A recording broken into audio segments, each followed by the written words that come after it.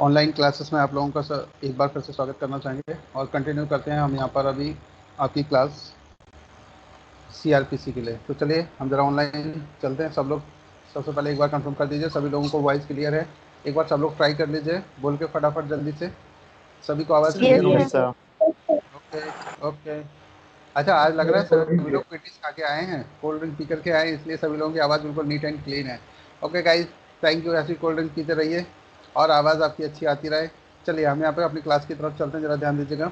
आज हम यहाँ पे डिस्कस करने वाले हैं सबसे पहले चैप्टर 33 की बात करेंगे, the code of criminal procedure 1973, यानी कि दंड प्रक्रिया संहिता 1973 की आज हम लोग यहाँ पर बात करना चाहेंगे। इसका सबसे पहले मैं आपको एक शॉर्ट व्यू दिखाना चाहूँगा, जो कि सेक्शन ये 436 से लेकर के 450 तक डिफाइन किए गए हैं और ये वीडियो आपको 40 नंबर पर मिल जाएगा। यूट्यूब पर भी हम इन्हें डालते हैं। तो ऑनलाइन क्लासेस में आप सभी लोगों का एक जोरदार धमाकेदार स्वागत है। और एक सबसे अच्छी चीज़ मैं बताना चाहूँगा कि मैंने आज अपने सब्सक्राइबर चेक किए हुए 615 करीब समथिंग ऐसे पहुँच गए हैं। तो आप लोगों का ये जितना मुझे प्यार मिल रहा है इसके लिए बहुत बहुत धन्यवाद। आप लोगों से बोलना चाहूँगा कि ये वीडियो आपको मिलते तो इसमें लाइक सब्सक्राइब जरूर कर दीजिएगा। चलिएगा इस नेक्स्ट हम यहाँ पर बात करते हैं चैप्टर 32 को जरा ध्यान दीजिएगा। एक नज़र में यहाँ पर देखेंगे जमानत और बंद पत्रों के बारे में उपबंध से रिलेटेड है ये provisions as to bail and bonds. Next section 436 से लेकर के 450 तक ये डिफाइन किए गए हैं। और यहाँ पर चलिए 436 में देखते हैं क्या दिया हो। In what cases bail to be taken, किन मामलों में जमानत ली जाएगी। सेक्शन 436 ए में जरा ध्यान दीजिएगा, maximum period for which N under trial prisoners can be detain, अधिकतम अवधि जिसके लिए विचाराधीन कैदी निरुद्ध किया जा सकता है। और इसके बाद में ज़रा ध्यान दीजिएगा सेक्शन 437 में when bail may be taken in case of non bailable offence, अजमानती अपराध की दशा में कब जमानत ली जाएगी। नेक्स्ट ध्यान दीजिएगा सेक्शन 437 ए में bail to require accused to appear before next appeal court appellate court. फिर से रिपीट करो इसको, सेक्शन 437 ए को bail to require accused to appear before next appellant court, अगले अपीलीय न्यायालय में अभियुक्त के उपसंजात होने की अपेक्षा करने के लिए जमानत। नेक्स्ट यहाँ जरा देखिएगा सेक्शन 438 में direction for grant of bail to person apprehending arrested, गिरफ्तारी की आशंका करने वाले व्यक्ति की जमानत मंजूर करने के लिए निर्देश। सेक्शन 439 में special power of high court और court of session regarding bail, जमानत के बारे में उच्च न्यायालय या सेशन न्यायालय की विशेष शक्तियाँ। सेक्शन 440 पर जरा ध्यान दीजिएगा, amount of bound and reduction thereof, बंद पत्र की रकम और उसे घटाना। सेक्शन 441 में बॉन्ड ऑफ एक्यूज एंड सियोरिटीज, अभियुक्त और प्रतिभुओं का बंद पत्र।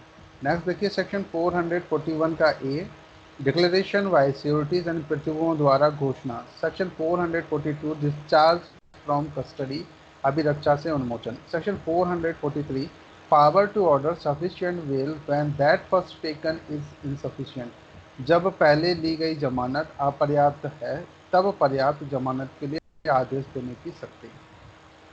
सेक्शन 444 डिस्चार्ज ऑफ सिक्योरिटीज यानी प्रतिभुओं का उन्मोचन। नेक्स्ट हम बात करें सेक्शन 445 का, डिपॉजिट इंस्टेड ऑफ रिकॉग्निजेंस, मुचलके के बजाय निक्षेप। ये जो सेक्शन आपने देखे ये इनके शॉर्ट व्यू थे जो हम आपको बता रहे हैं। सेक्शन 446 में ज़रा ध्यान दीजिएगा, procedure when one has been forfeited, प्रक्रिया जब बंद पत्र समाप्त कर लिया जाता है तब। सेक्शन 446 ए में cancellation of bond and bail bond, बंद पत्र और जमानत पत्र का रद्दकरण। नेक्स्ट देखिए सेक्शन 447 में procedure in case of insolvency of death of security of when a bond is forfeited, प्रतिभू के दिवालिया हो जाने या उसकी मृत्यु हो जाने पर बंद पत्र का समापन हो जाने की दशा में प्रक्रिया। नेक्स्ट देखिए section 448 bond required from minor, अवयस्क से अपेक्षित बंद पत्र। ये आप चैप्टर 33 देख रहे हैं। आगे नेक्स्ट देखिए section 449 appeal from order under section 446, धारा 446 के अधीन आदेशों से अपील। नेक्स्ट देखिएगा सेक्शन 450 में power to direct levy of amount due on certain recognizance, कुछ मुचलके पर देय रकम का उद्धरण करने का निर्देश देने की शक्ति। ये यहाँ तक पूरे सेक्शन थे जो शॉर्ट व्यू आपने देखा होगा। अब मैं आपको लेके चल रहा हूँ सीधे डायरेक्ट की तरफ, और डायरेक्ट में आप यहाँ पर वन बाई वन सेक्शन को डिस्कस करेंगे आपके साथ में। चलिए यहाँ पर हम शुरू करते हैं चैप्टर 33 को। जरा ध्यान दीजिएगा चैप्टर 33 की तरफ सभी लोग। चैप्टर जो 33 है ये रिलेटेड है जमानत और बंद पत्रों के बारे में, जो कि सेक्शन आपने अभी देखे, जो मैंने आपको एक शॉर्ट व्यू दिखाया हुआ था, 436 से लेकर के 450 तक ये डिफाइन किए गए। चलिए अब हम यहाँ से आगे कंटिन्यू करते हैं। सेक्शन 436 से किन मामलों में जमानत ली जाएगी, कौन से ऐसे मैटर्स होंगे जिनमें जमानत ली जाएगी। सपोज यहाँ पर फर्स्ट पर जरा ध्यान दीजिएगा। आवाज़ सभी लोगों को क्लियर है तो प्लीज़ एक बार थोड़ा कंफर्म कर दीजिए। Hello. Yes sir, yes sir. ठीक है, चलिए जरा ध्यान दीजिएगा। सेक्शन 436 में जरा ध्यान दीजिए, किन मामलों में जमानत ली जाएगी। सब क्लोज आप फर्स्ट पढ़ रहे हैं यहाँ पर, तो फर्स्ट में देखेंगे, जब अजमानती अपराध के अभियुक्त व्यक्ति से भिन्न कोई व्यक्ति पुलिस थाने के भार साधक अधिकारी द्वारा वारंट के बिना गिरफ्तार या निरुद्ध किया जाता है। देखिए यहाँ पे क्या बोल रहे हैं ये, कि जब अजमानती अपराध, जमानती और अजमानती कौन से सेक्शन में दिया है, कोई बताएगा जल्दी से। सीआरपीसी खत्म होने वाली है सर 2C और 2L। नहीं नहीं नहीं नहीं नहीं नहीं सर, उसमें नहीं। फर्स्ट सेक्शन कौन सा है, फर्स्ट सेक्शन कौन सा है भाई, बताए सभी को। 2 और ए, यही है ना सच में। चलो आप लोग कह रहे हैं तो मैं मान लेता हूँ, वैसे मुझे नहीं पता। खैर कोई बात नहीं, आप लोग कह रहे हैं ना तो मान लेते हैं। आप लोग इतने प्यारे इतने अच्छे हो ना कि बिल्कुल सही बता देते हो, तो मुझे ऐसा लगता है ना कि यार क्योंकि सब आप लोगों के अनुसार ही होती है। चलो अच्छा, जरा ध्यान दीजिएगा, किसने बताया था ये आंसर, किसने दिया था। देखिए जरा ध्यान दीजिएगा, जब ऑफेंस कैसा हो, अजमानती अपराध, और यहाँ पर 2A में डिफाइन किया गया, अभियुक्त व्यक्ति से भिन्न कोई व्यक्ति पुलिस थाने के बारसादा अधिकारी द्वारा वारंट के बिना गिरफ्तार किया जाता है। ध्यान देना, पुलिस थाने का जो भारसाधक अधिकारी है उसके द्वारा क्या कर रहे हैं, बिना वारंट के बिना गिरफ्तार या निरुद्ध किया जाता है। और किसको किया जाता है, अभियुक्त व्यक्ति से भिन्न, जो व्यक्ति अभियुक्त नहीं है पर उसको कर दिया जाता है। अब क्या होगा देखिए जरा, या न्यायालय के समक्ष हाजिर होता है, या तो वो पुलिस थाने में उसको गिरफ्तार करके कर दिया, और कैसे, बिना वारंट के। और दूसरा क्या कर रहे हैं, न्यायालय के समक्ष हाजिर होता है या तो इनमें से कोई भी कंडीशन है, या फिर उसे लाया जाता है। और तब वह ऐसे अधिकारी की अभिरक्षा में है, इस बीच किसी समय या ऐसे न्यायालय के समक्ष कार्रवाइयों के किसी प्रक्रम में जमानत देने के लिए तैयार हो जाए। क्या देने के लिए, जमानत देने के लिए, तब ऐसा व्यक्ति जमानत पर छोड़ दिया जाएगा। देखो जरा, अब यहाँ पर क्या किया, इतने सारे पॉइंट्स हो गए, ये इन पॉइंटों पर जरा ध्यान देंगे। पहली बात तो कैसा अपराध हो, अजमानती हो। आपने उधर से थोड़ा सा वो ऑफ कर लीजिए प्लीज, किसी का वो चल रहा है एक बार। हेलो, जरा माइक देखिए, किसी का चल रहा है एक बार बेटा, देखिए जरा किसका चल रहा है। अब किसी का नहीं चल रहा, सबका बंद हो गया। अच्छा चलिए जरा ध्यान दीजिए, थोड़ा सा हम लोग यहाँ पे सेक्शन की तरफ ज़रा ध्यान देते हैं। सेक्शन पर थोड़ी सी नज़र डाल लीजिए। देखिए क्या कह रहे हैं यहाँ पे, फर्स्ट नंबर पॉइंट पे, ऑफेंस कैसा हो, अजमानती, मतलब नॉन अवेलेबल है ना, पहली चीज़ तो। फिर दूसरी क्या बात की गई है, अभियुक्त से भिन्न व्यक्ति, जो कि अपराधी नहीं है, उससे कोई दूसरा व्यक्ति है, दूसरा पॉइंट हो गया। ठीक है, आप अगर यहाँ पर करते हैं तो कोई थाने का भारसाधक अधिकारी, पुलिस थाने का जो भारसाधक अधिकारी है उसके द्वारा उसे क्या कर दिया जाता है, वारंट के बिना गिरफ्तार कर लिया जाता है। हाँ ठीक है, या फिर वो न्यायालय के समक्ष उपस्थित होता है या उसे लाया जाता है। तो तब वो क्या करता है, अगर जमानत देने के लिए तैयार है तो ऐसी कंडीशन में उसे जमानत पर छोड़ दिया जाएगा। अब यहाँ बात करें कि परंतु में ज़रा ध्यान दीजिए, परंतु क्या है, परंतु में ज़रा ध्यान दीजिएगा, परंतु में क्या बोल रहे हैं ये लोग, देखिए परंतु में यहाँ कह रहा है कि परंतु यदि ऐसा अधिकारी या न्यायालय ठीक समझता है, ऐसा कोई अधिकारी है या फिर न्यायालय ठीक समझता है, तो वह ऐसे व्यक्ति से जमानत लेने के बजाय उसे इसके पश्चात उबंधित प्रकार से अपने हाजिर होने के लिए प्रतिगुण सहित या प्रतिगुण रहित बंद पत्र निष्पादित करने पर उन्मोचित कर सकेगा। और यदि ऐसा व्यक्ति निर्धन है और जमानत देने में असमर्थ है तो ऐसे तो उसे अनुमोचित करेगा। देखो जरा क्या कह रहे हैं यहाँ पर, परंतु कंडीशन में जरा ध्यान दीजिएगा, और न्यायालय ठीक समझता है तो क्या हो गया ठीक में, ऐसे व्यक्ति से जमानत लेने के बजाय, पहले तो उसने वो अभियुक्त तो नहीं है, पहली बात तो यहाँ की बात की गई थी, कोई भिन्न व्यक्ति था उसके केस में, अभियुक्त के लिए नहीं कर रहे हैं, कोई दूसरा व्यक्ति किसी शक के दायरे में उसको पकड़ के लाए हैं या कुछ किसी भी और चीज़ों के लिए कि चलो इससे अभियुक्त व्यक्ति उपस्थित हो जाएगा, कभी ऐसा भी कर देते हैं। देखिए जरा ध्यान दीजिए, तो वह ऐसे व्यक्ति से जमानत लेने के बजाय तो उसे जमानत नहीं लेंगे, उसे क्या कर सकते हैं, उपबंधित प्रकार से अपने हाजिर होने के लिए कि बोले जब आपको बुलाया जाएगा यहाँ उपस्थित होंगे, तो प्रतिभुओं रहित जो गारंटर के बिना बंद पत्र निष्पादित करने पर, यहाँ शहद की बात नहीं की गई, केवल कहा कि प्रतिभु जो गारंटर है कोई सिक्योरिटी है उसके बिना केवल उसी से बॉन्ड भरवा लेंगे। इसका मतलब जानते हो कि केवल सिंपल जिस व्यक्ति को अरेस्ट किया गया है उसी व्यक्ति से ही बॉन्ड भरवा लेंगे और क्या कर देंगे, उसे अनुमोचित कर सका।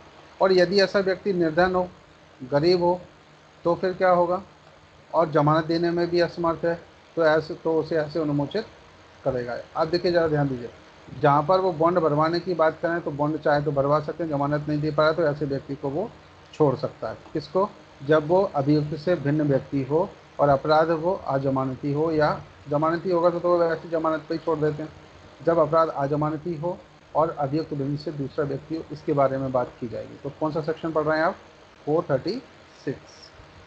ये कुछ याद आया आप लोगों को, कौन सा सेक्शन है ये, क्यों इम्पोर्टेंट है, नहीं पता? अच्छा किसी को कुछ पता है इसके बारे में, नहीं? जब एलएलबी में जो जिन लोगों ने एलएलबी पास आउट कर लिया है उनके लिए बहुत इंपॉर्टेंट है। देखो इसके बाद में एक और है सेक्शन, अजमानती अपराध की दिशा में कब जमानत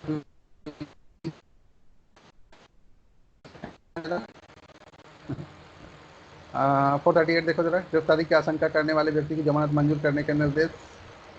पर 439 जमानत के बारे में उच्च न्यायालय सेशन न्यायालय की विशेष शक्तियाँ। 439 के अकॉर्डिंग, 436 के अकॉर्डिंग एप्लीकेशन बनाने के लिए आता है ना एलएलबी में, जिन लोगों ने पास आउट किया है, ड्राफ्टिंग और प्लीडिंग का एक पेपर होता है, उसमें एप्लीकेशन बनाने के लिए आता है, इसलिए ये चैप्टर बहुत ही वीआईपी है आपके लिए, ज़रा ध्यान रखिएगा। और जो लोग एडवोकेसी कर रहे हैं उनके लिए भी है, हालांकि वो एक अलग मैटर है कि आपको ना ये पता हो भी सेक्शन या ना भी हो, और अगर आप टाइपिंग जो करने वाले हैं उनसे बोलेंगे जमानत के लिए आवेदन टाइप कर दीजिए, तो वो आवेदन टाइप कर देंगे तुरंत, उसमें सब लिख देंगे सेक्शन इसके अनुसार इसके अनुसार ऐसा है, पर आपको भी पता होना चाहिए। नेक्स्ट अगर वो पूछे बात करते हैं कि अग्रिम जमानत के लिए आवेदन कर दीजिए, तो अग्रिम जमानत के लिए कौन सा सेक्शन इसमें लगेगा, चलो आने वाले अभी सेक्शन में हम आपको बताने वाले हैं, ये सब इसी के अनुसार हैं, ये थोड़े से वीआईपी हैं। देखिए आप क्या कह रहे हैं यहाँ पर, स्पष्टीकरण पर ज़रा ध्यान दीजिएगा, स्पष्टीकरण कहाँ है, ये रहा भाई स्पष्टीकरण। देखिए, जहाँ कोई व्यक्ति अपनी गिरफ्तारी की तारीख से 1 सप्ताह के भीतर जमानत देने में असमर्थ है, कोई भी व्यक्ति, जहाँ कोई व्यक्ति अपनी गिरफ्तारी की तारीख से 1 सप्ताह के भीतर जमानत देने में असमर्थ है, वहाँ अधिकारी या न्यायालय के लिए यह अवधारणा करने का पर्याप्त आधार होगा कि इस परंतु के प्रयोजन के लिए वह निर्धन व्यक्ति है। अब किसी व्यक्ति को अरेस्ट किया, उसके लिए कोई जमानत देने ही नहीं आया, तो कहाँ पर परंतु कहाँ था, ये रहा, तो इस परंतु के लिए ऐसे मान लेंगे और निर्धन है तो क्या कर देंगे उसे, तो उसे अनुमोचित करेगा, ऐसा कर सकता है न्यायालय। ठीक, ये बात समझ में आ गई। कितने दिन तक, टाइम पीरियड भी ज़रा ध्यान दे दीजिए, अगर वो 1 सप्ताह तक ना दे तो न्यायालय अपना ऐसी उपधारणा कर सकता है। अच्छा, उपधारणा के लिए एविडेंस एक्ट में कुछ पढ़ा है आप लोगों ने, कौन सा सेक्शन है, जल्दी से बता दो आप लोग। सेक्शन 4 है सर, सेक्शन 4। अरे वाह, सेक्शन 4, हाँ। यहाँ पर न्यायालय क्या कर सकता है, उपधारणा कर सकता है, अपनी प्रज्यूम कर सकता है कि व्यक्ति निर्धन है भी कि नहीं है, इस बारे में वो बता सकता है। चलिए आगे देखिए, ज़रा ध्यान दीजिएगा, अभी बस ख़त्म होने वाला है, अंतिम चरणों पर चल रहे हैं, और थोड़ा सा ध्यान दीजिएगा, बस जल्दी कंप्लीट हो जाएगा, ज़रा ध्यान दीजिएगा। परंतु यह कि इस धारा की कोई बात धारा 116 की उपधारा 3 या धारा 146 के काके उपबंधों पर प्रभाव डालने वाले 116 को और 446 को क्या दिया हुआ, तो इसके बारे में हम लोग देखिए, ज़रा ध्यान दीजिए।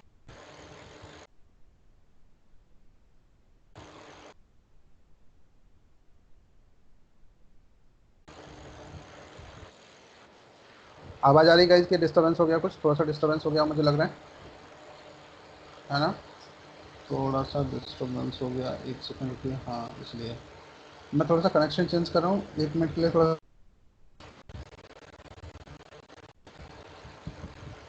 अभी ठीक है, डिस्टर्बेंस अब कम होगा।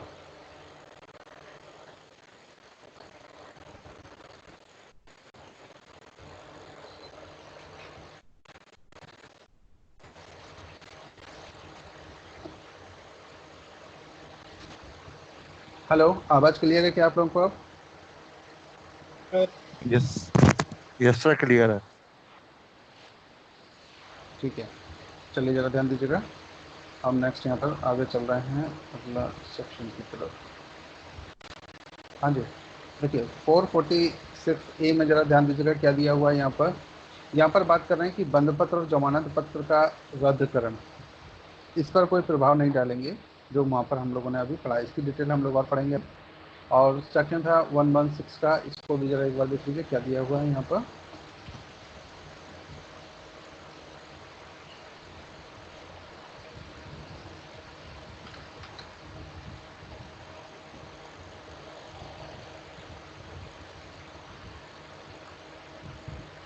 देखिए, इत्तला की सच्चाई के बारे में जांच की बात कर रहे हैं ये। और अगर इन पर कोई भी प्रभाव नहीं डाला जाएगा कि सही इन्फॉर्मेशन है कि नहीं, वो जांच कर सकते हैं कि व्यक्ति गरीब है कि नहीं है, ऐसा भी किया जा सकता है। और दूसरा, वहाँ पर वो बंद पत्र से रिलेटेड कोई भी उस पर प्रभाव नहीं डालेंगे जहाँ पर उनकी जांच की बात करते हो इस टाइप पर। चलिए ज़रा ध्यान दीजिएगा।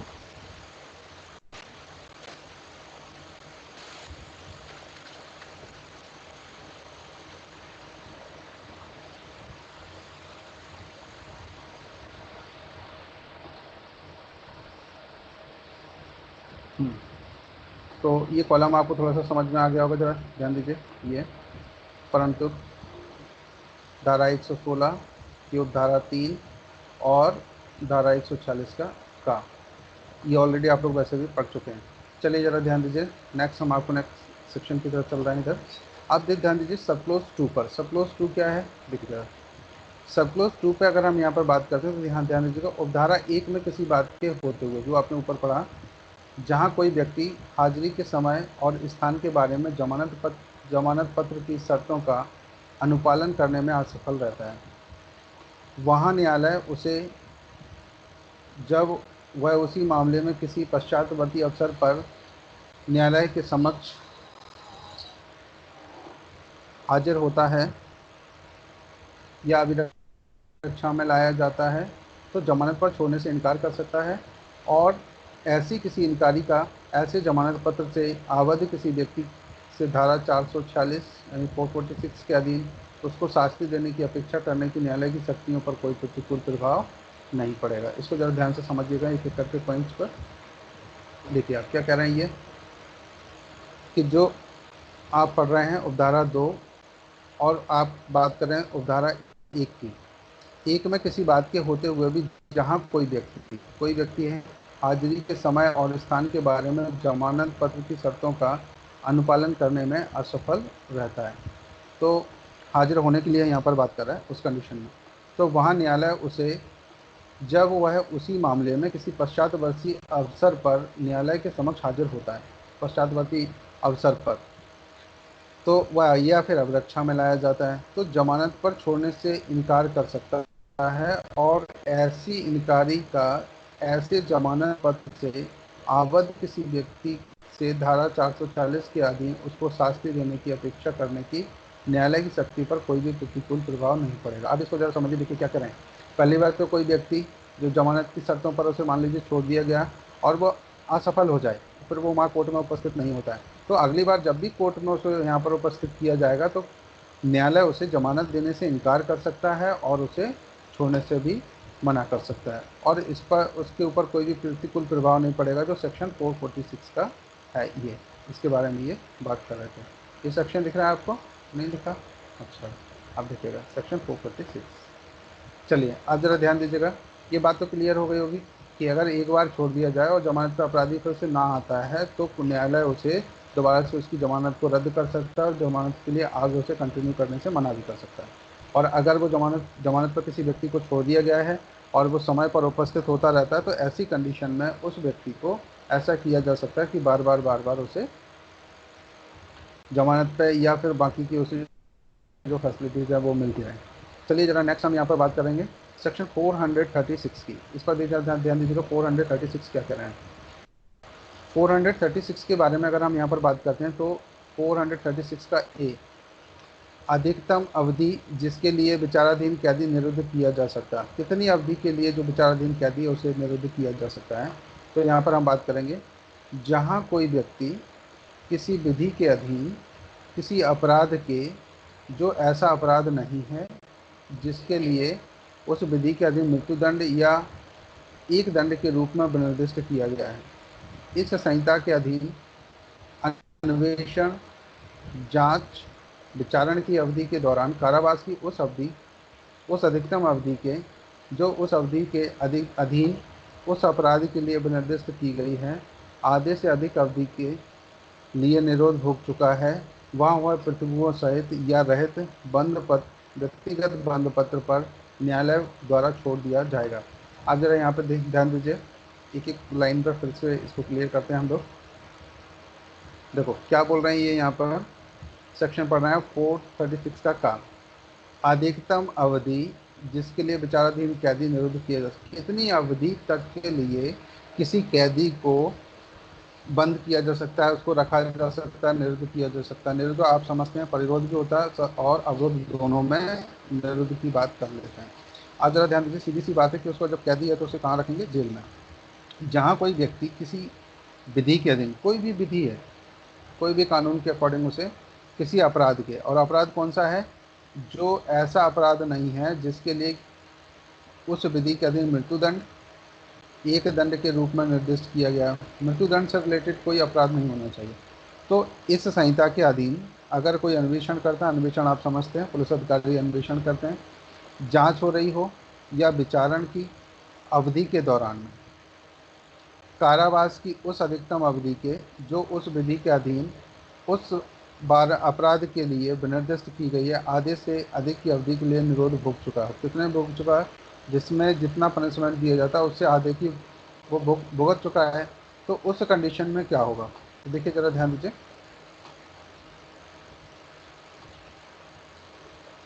वहाँ वह प्रतिभुओं सहित या रहित व्यक्तिगत बंद पत्र पर न्यायालय द्वारा छोड़ दिया जाएगा।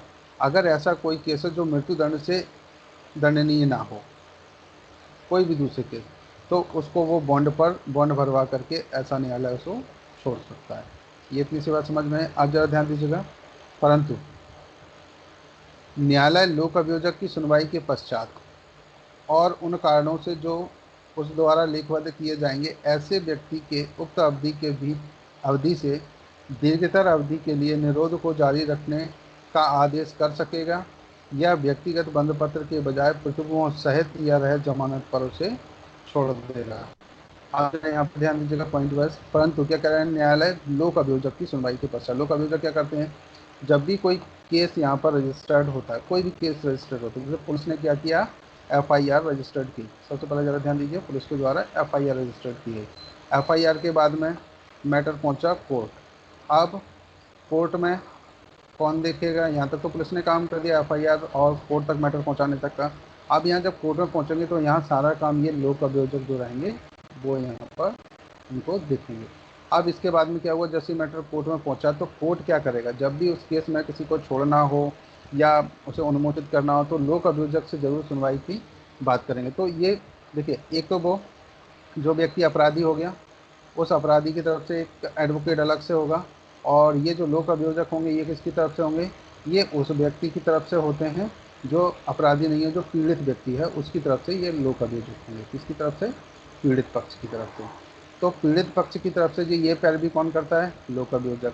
अपराधी की तरफ से कौन करता है, ये अपना खुद का एडवोकेट करते हैं, तो वो व्यक्ति। तो दोनों को सुनवाई करने के बाद ही कोर्ट आगे का डिसीजन लेता है। अब यहाँ जरा ध्यान दीजिएगा, तो यहाँ क्या करेंगे, परंतु जो न्यायालय है वो न्यायालय क्या करेगा, लोक अभियोजक की सुनवाई के पश्चात और उन कारणों से जो उस द्वारा लेखबद्ध किए जाएंगे, जो उनको कारण ठीक लगता है न्यायालय को, जब वो सुनवाई करते हैं उस सिचुएशन में ऐसे व्यक्ति के उक्त आधी अवधि से दीर्घतर अवधि के लिए निरोध को जारी रखने का आदेश दे सकेगा। कितने तक का? आधी अवधि हो गई, और उससे आगे के लिए भी कर सकता है। यह व्यक्तिगत बंद पत्र के बजाय प्रतिभूयों सहित या रहे जमानत पर उसे छोड़ सकता है। तो व्यक्तिगत जो बंद पत्र है उसको छोड़ करके गारंटर को लेगा, उसके गारंटर सहित या रहे जमानत पर उसे छोड़ सकता है। या फिर उसे लग रहा है कि यहाँ पर अवधि को बढ़ाया जाना हो तो उसे बढ़ाया भी सकता है। देखिए, कम कर सकता है तो वो बढ़ा भी सकता है। कौन कर सकता है? न्यायालय। कैसी अवधि में? ऐसी अवधि जिसके लिए विचाराधीन कैदी निरुद्ध किया जा सकता है। और कौन से केसेस के लिए? जो मृत्यु दंड से दंडनीय ना हो। अगला जरा ध्यान दीजिएगा, यहाँ पर स्पष्टीकरण में जमानत सॉरी जमानत मंजूर करने के लिए इस धारा के अधीन निरोध की अवधि की गणना में अभियुक्त द्वारा कार्रवाई में किए गए विलंब के कारण भोगे गए निरोध की अवधि को अपवर्जित किया जाएगा। अगर मान लीजिए कोर्ट में कोई भी, जहाँ पर जमानत मंजूर करने के लिए इस धारा के अधीन निरोध की अवधि, निरोध मतलब उसे रोकना, और रोकने से रिलेटेड ये हो गया कि कोई भी कैदी है, कोई भी मान लीजिए कोई भी ऑफेंडर है जो जमानत के लिए आवेदन करता है, तो कई बार उससे गलतियां भी हो जाती हैं। और जब गलतियां हो जाएंगी, देरी हो जाएगी, जमानत नहीं मिलेगी, तो कहाँ चला जाएगा? वो सीधे सीधे जेल चला जाएगा। अगर वो जमानत नहीं दे पाए तो जेल में जितने दिन रहेगा उतने, अगर मान लीजिए उसको कोई सज़ा होती है, कुछ भी होता है, तो इस सज़ा को मान लीजिए वो 5 दिन रहा है, 5 दिन बाद उसे जमानत मिली, तो अगर उसे फिर सज़ा होती है 2 महीने की, तो 2 महीने में से ये 5 दिन को माइनस कर दिया जाएगा। ऐसा आप मान के चलिए, ठीक है। आप ज़रा ध्यान दीजिएगा, सेक्शन 437, ये थोड़ा वीआईपी सेक्शन है, ज़रा ध्यान दीजिएगा। ड्राफ्टिंग और प्लीडिंग में भी आपने बहुत जगह इसके बारे में सुना होगा। सेक्शन 437 के अकॉर्डिंग बेल एप्लीकेशन दर्ज करना। तो बेल एप्लीकेशन कहाँ लगाते हैं, पता है आपको? कोई बताएगा बेल एप्लीकेशन कहाँ लगती है? जल्दी से बताइए, बेल एप्लीकेशन कहाँ लगाई जाती है? ऐसा तो सर नहीं है?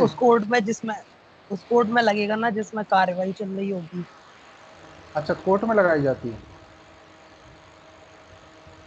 सच में? बेल एप्लीकेशन कोर्ट में लगाई जाती है, आदित्य जी बता रहे हैं। सही है ये बात क्या? कोर्ट में ही लगेगी बेल एप्लीकेशन? हाँ, कोई और बताएगा? किसी को पता होगा तो। बेल एप्लीकेशन कहाँ लगाई जाएगी? जल्दी से बता दो, इतने जल्दी ऐसा नहीं करते हैं। Sir police station. Police station में? गुड। और कोई?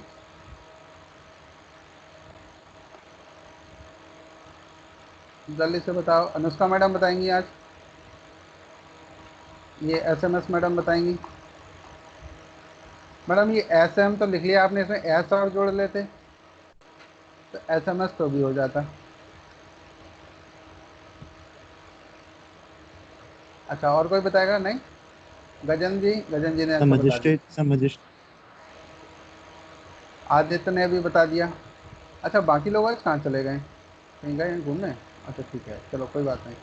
जरा ध्यान दीजिए, आदित्य जी आप बिल्कुल सही बता रहे हैं कि जो बेल एप्लीकेशन है भाई, वो कोर्ट में ही लगेगी। कोई सा भी कोर्ट हो सकता है जहाँ पर एप्लीकेशन लगाई जाए, ठीक है। अब कोर्ट में बिल्कुल लगाई जा सकती है। ज़रा ध्यान दीजिए, 437 में नॉर्मल केस में जमानत लेनी हो तो यहाँ पहुँच जाएंगे, ऐसा ही होता है ना? ठीक है, बिल्कुल आप सही बोल रहे थे कि ये कोर्ट में ही लगाई जाएगी, ठीक है। चलो जरा ध्यान देते हैं हम लोग। कितने बढ़िया रबड़ लाए होंगे ना। चलिए, अब अगला का जरा सेक्शन इसको पढ़ लेते हैं, थोड़ा सा समझ आएगा आपको। देखिए जल्दी से ध्यान दीजिए, 437 में क्या बोल रहे हैं? 437 में ये बोल रहे हैं,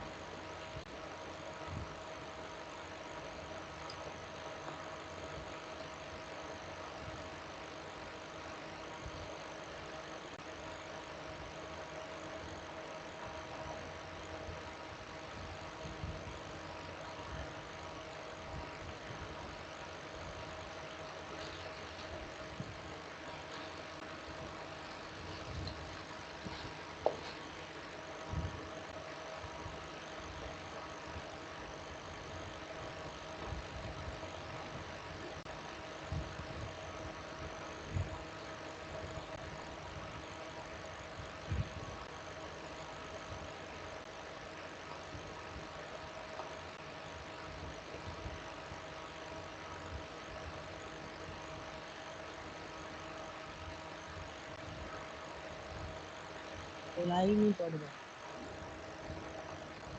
हम नहीं बोल रहे हैं, हम ऐसे पढ़ाएंगे। आप लोग भी तो नहीं बोल रहे हो। कुछ लोग तो पता है चुप तो ऐसे बैठ जाएंगे, बोलेंगे ही नहीं। जब उस दिन क्या बोले नहीं पता था। हम नहीं बोलेंगे। देखो मैंने नया तरीका ढूंढ लिया पढ़ाने का।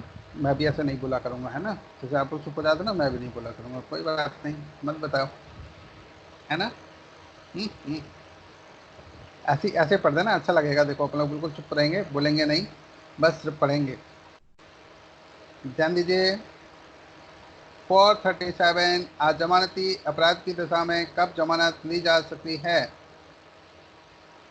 फिर अगला चैप्टर जो सब क्लोज आप पढ़ रहे हैं वो फर्स्ट है यहाँ पर। अच्छा चलो सुनिए जरा, ध्यान दीजिए। थोड़ा सा बोल भी लिया करो भाई। किसी मूवी में एक डायलॉग था ना, वो क्या बोलते थे, कभी हंस भी लिया करो, ऐसा कुछ था शायद, है ना। ऐसे था ना, मुझे ऐसे याद आ रहा है। कुछ था क्या, कभी हंस भी लिया करो, कौन सा था वो। यस कौन सी सर। मूवी का था, कौन सी मूवी का था। सन ऑफ सरदार। अच्छा, सन ऑफ सरदार याद है, तो जमानत वाला नहीं याद है किसी को भी, है ना। चलो खैर कोई बात नहीं। यही तो मैं कह रहा था, जमानत वाला।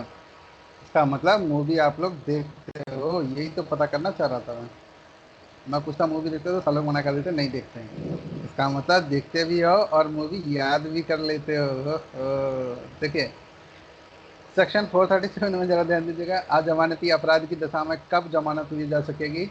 सब क्लोज आप यहाँ पर फर्स्ट पढ़ रहे हैं। जब कोई व्यक्ति जिस पर जमानती अपराध का अभियोग है या जिस पर यह संदेह है कि उसने अजमानती अपराध किया है। कौन सा अपराध किया है, अजमानती अपराध किया है, तो पुलिस थाने के जो भारसाधक अधिकारी द्वारा वारंट के बिना गिरफ्तार या निरुद्ध किया जाता है, या उच्च न्यायालय अथवा सेशन न्यायालय से भिन्न न्यायालय के समक्ष हाजिर होता है या लाया जाता है, तब वह जमानत पर छोड़ा जा सकता है। तो यहाँ पर ज़रा ध्यान देंगे हम लोग एक एक लाइन पर। देखिए क्या कह रहे हैं, जब कोई भी व्यक्ति है जिस पर अजमानती अपराध का अभियोग है। कौन सा अपराध, अजमानती अपराध। कहाँ दिया है, सेक्शन 2A में डिफाइन किया गया। जमानती अजमानती दोनों एक ही सेक्शन में डिफाइन किए गए हैं। या जिस पर यह संदेह है कि उसने अजमानती अपराध किया, संदेह है उस पर। ठीक। अब क्या कह रहे हैं कि पुलिस थाने के भारसाधक अधिकारी द्वारा वारंट के बिना गिरफ्तार या निरुद्ध किया जाता है। कैसे, जो पुलिस थाने का जो भारसाधक अधिकारी है वो वारंट के बिना गिरफ्तार या निरुद्ध किया जाता है। तो उच्च न्यायालय अथवा सेशन न्यायालय, कौन कौन से कोर्ट हैं जरा ध्यान दीजिएगा। या तो उच्च न्यायालय या फिर सेशन न्यायालय सिर्फ भिन्न न्यायालय के समक्ष हाजिर होता है। ना तो वो उच्च न्यायालय में हाजिर हुआ, ना सेशन न्यायालय में, किसी अन्य न्यायालय में उपस्थित हो गया है, या फिर उसे लाया जाता है, तब वह क्या करेंगे, जमानत पर छोड़ा जा सकता है। केवल संदेह है तब। अगला जरा ध्यान दीजिएगा।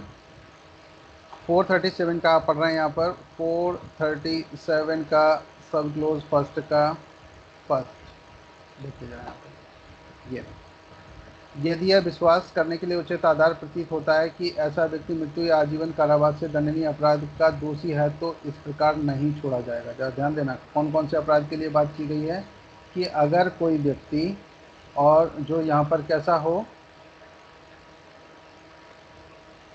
दो बात की गई।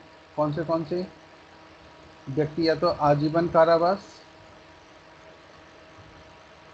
या फिर मृत्यु से या आजीवन कारावास से दंडनीय है, तो फिर क्या होगा, वो नहीं छोड़ा जाएगा। ठीक है। आप जरा ध्यान दीजिएगा, नेक्स्ट यहाँ पर बात कर रहे हैं। आप यहाँ पर पढ़ रहे हैं ये, यदि ऐसा अपराध कोई संज्ञेय अपराध है। कैसा अपराध है, संज्ञेय अपराध है, और ऐसा व्यक्ति मृत्यु, आजीवन कारावास या 7 वर्ष या उससे अधिक के कारावास से दंडनीय किसी अपराध के लिए पहले दोष सिद्ध किया गया। किससे किससे, व्यक्ति किसी मृत्यु, आजीवन कारावास या 7 वर्ष से या उससे अधिक के कारावास से किसी दंडनीय अपराध के लिए पहले दोष सिद्ध किया गया है, या वह 3 वर्ष या उससे अधिक के किंतु 7 वर्ष से अनधिक की अवधि के कारावास से दंडनीय किसी संज्ञेय अपराध के लिए 2 या अधिक अवसरों पर पहले दोष सिद्ध किया गया है, तो वह इस प्रकार नहीं छोड़ा जाएगा। ठीक। कौन कौन से बात की हम लोगों ने, कि अगर कोई व्यक्ति मृत्यु, आजीवन कारावास और 7 वर्ष या फिर उससे अधिक के कारावास से दंडनीय है, तो उसे नहीं छोड़ा जाएगा। परंतु में ज़रा ध्यान दीजिएगा यहाँ पर, परंतु परंतु में यहाँ पर ध्यान देंगे, न्यायालय यह निर्देश दे सकेगा कि खंड 1 और 2 में निर्दिष्ट व्यक्ति जमानत पर छोड़ दिया जाए यदि ऐसा व्यक्ति 16 वर्ष से कम आयु का है, या कोई स्त्री, या कोई रोगी, या शिथिलांग व्यक्ति है। अच्छा, स्त्रियों को इसमें देखो बेनिफिट मिल गया फर्स्ट में, और सेकंड में इनको न्यायालय चाहे तो ऐसा आदेश दे सकता है कि इन्हें छोड़ दिया जाए। किन किन को छोड़ दिया जाए? देखो, जिसकी एज 16 ईयर्स से कम होनी चाहिए, ज़्यादा नहीं, और या कोई स्त्री हो, या कोई रोगी हो, या शिथिलांग व्यक्ति हो। शिथिलांग कोई भी उसका अंग ऐसा हो जो क्या बोलते हैं, जो एक साइड से पैरालाइज हो जाते हैं, काम करने लायक नहीं होते, ऐसा कोई भी व्यक्ति है, तो इनमें से इन लोगों को क्या कर सकते हैं, व्यक्ति को जमानत पर छोड़ दिया जाए, ऐसा किया जा सकता है। खंड 1 और खंड 2, खंड 1 में और खंड 2 में नॉर्मल व्यक्तियों को नहीं छोड़ा जाएगा। ठीक है, चलिए अब आगे परंतु में ज़रा ध्यान दें। परंतु यह कि न्यायालय यह भी निर्देश दे सकेगा कि खंड 2 में, किसमें, 2 में निर्दिष्ट व्यक्ति जमानत पर छोड़ दिया जाए यदि उसका यह समाधान हो जाता है कि किसी अन्य विशेष कारण से ऐसा करना न्यायोचित तथा ठीक है। अगर न्यायालय को ऐसा लगता है तो वो जो सेकेंड पार्ट था उसमें अभी उसको छोड़ सकता है। और कैसे छोड़ सकता है? जमानत पर। अगला जरा ध्यान दीजिए, फिर नेक्स्ट परंतु पर, परंतु यह और भी कि केवल यह बात की अभियुक्त की आवश्यकता अन्वेषण में साक्षियों द्वारा पहचाने जाने के लिए हो सकती है। जमानत मंजूर करने से इनकार करने के लिए पर्याप्त आधार नहीं होगा यदि वह अन्यथा जमानत पर छोड़ दिए जाने के लिए हकदार है और यह वचन देता है कि वह ऐसे निर्देशों का जो न्यायालय द्वारा दिए जाएं अनुपालन करेगा, तो भी उसे जमानत पर छोड़ दिया जा सकता है। नेक्स्ट देखिएगा यहाँ पर, परंतु यह भी कि किसी भी व्यक्ति को यदि उस द्वारा किया गया अभिकथन अपराध मृत्यु, आजीवन कारावास या 7 वर्ष अथवा उससे अधिक के कारावास से दंडनीय है, तो लोक अभियोजक को सुनवाई का कोई अवसर दिए बिना इस उपधारा के अधीन न्यायालय द्वारा जमानत पर नहीं छोड़ा जाएगा। देखना जरा ध्यान देना, क्या किया उसने, जहाँ पर उसने अभिकथित कर दिया अपराध करने का, तो फिर यहाँ पर नहीं छोड़ा जाएगा। देखो कौन कौन से क्या कहा है कि परंतु यह भी कि किसी व्यक्ति को यदि उस द्वारा किया गया कोई अभिकथन अपराध कौन कौन सा, मृत्यु है, आजीवन कारावास है, या फिर 7 वर्ष है, या फिर उससे अधिक के कारावास से दंडनीय है, तो लोक अभियोजक सुनवाई का कोई अवसर दिए बिना इस उपधारा के अधीन न्यायालय द्वारा जमानत पर नहीं छोड़ा जाएगा। तो यहाँ पर किसको, लोक अभियोजक को जरूर सुनेंगे, उसका अगर स्ट्रॉन्ग तर्क रहा तो उसे जमानत नहीं भी दी जा सकती है। ठीक, आप सेक्शन कौन सा पढ़ रहे थे? 4 कौन सा पढ़ रहे हैं, देखो जरा जल्दी से, जहाँ पर अजमानती अपराध की दिशा में कब जमानत ली जा सकती है। ऑफेंस कौन सा हो, अजमानती अपराध है, तो क्या उसमें जमानत ली जा सकती है? तो बिल्कुल ये जो टर्म्स कंडीशन आप पढ़ रहे हैं इसमें जमानत ली जा सकती है। ज़रा ध्यान दीजिए, सब क्लोज 2 में यदि ऐसे अधिकारी या न्यायालय को यथास्थिति अन्वेषण या जांच विचारण के किसी प्रक्रम में यह प्रतीत होता है कि विश्वास करने के लिए उचित आधार नहीं है कि अभियुक्त ने अजमानती अपराध किया है। ध्यान देना, यदि ऐसे अधिकारी या न्यायालय को यथास्थिति में, इसमें अन्वेषण में, जांच में, विचारण के किसी प्रक्रम में प्रतीत होता है कि वह विश्वास करने के लिए उचित आधार नहीं है कि अभियुक्त ने अजमानती अपराध किया है, किंतु उसके दोषी होने के बारे में और जांच करने के लिए पर्याप्त आधार है, तो अभियुक्त धारा 446 ए के उपबंधों के अधीन रहते हुए ऐसी जांच लंबित रहने तक, जब तक वो जांच चल रही तब तक जमानत पर या ऐसे अधिकारी या न्यायालय के विवेकानुसार इसमें इसके पश्चात उपबंधित प्रकार से अपने हाजिर होने के लिए प्रतिभूओं रहित बंधपत्र निष्पादित करने पर छोड़ दिया जाएगा। अगर यहाँ पर ये उचित कारण नहीं है तो ऐसे कंडीशन में वो कर सकते हैं, और कुछ जांच करने के लिए अगर कारण है तो 446 के अकॉर्डिंग क्या कर लेंगे, यहाँ पर जमानत और बंधपत्र उससे भरवा करके उसको छोड़ा जा सकता है तब तक के लिए जब तक वो जांच लंबित रहे। फिर आगे की कार्रवाई न्यायालय के ऊपर डिपेंड करता है कि न्यायालय उसे दोषमुक्त करता है, उन्मोचित करता है, या फिर दोष सिद्ध करता है। तब उसे अगर दोष सिद्ध करता है तो जेल भेज देंगे, उन्मोचित करता है तो हमेशा के लिए छूट जाएगा। चलिए ज़रा ध्यान दीजिए, सब क्लोज नंबर 3 पर जरा ध्यान दीजिएगा। आप सेक्शन पढ़ रहे हैं 437 का सब क्लोज 3। ये थोड़ा सा वीआईपी सेक्शन है, ध्यान रखना, प्रैक्टिकल में भी काम आता है। अगर आप कोर्ट में भी प्रैक्टिस करते हैं तो वहाँ पर भी ये आपको काम आएगा। जरा ध्यान दीजिए, जब कोई व्यक्ति जिस पर ऐसे कारावास है जिसकी अवधि 7 वर्ष तक या उससे अधिक की है, कितनी है, 7 वर्ष तक की है या फिर उससे अधिक है, तो दंडनीय कोई अपराध या भारतीय दंड संहिता के अध्याय 6, 16 या 17 के अधीन कोई अपराध करने या ऐसे किसी अपराध का दुष्प्रेरण, षड्यंत्र या प्रयत्न करने का अभियोग या संदेह है तो उपधारा 1 के अधीन जमानत पर छोड़ा जाता है। तो न्यायालय यह शर्त अधिरोपित करेगा। कब कब?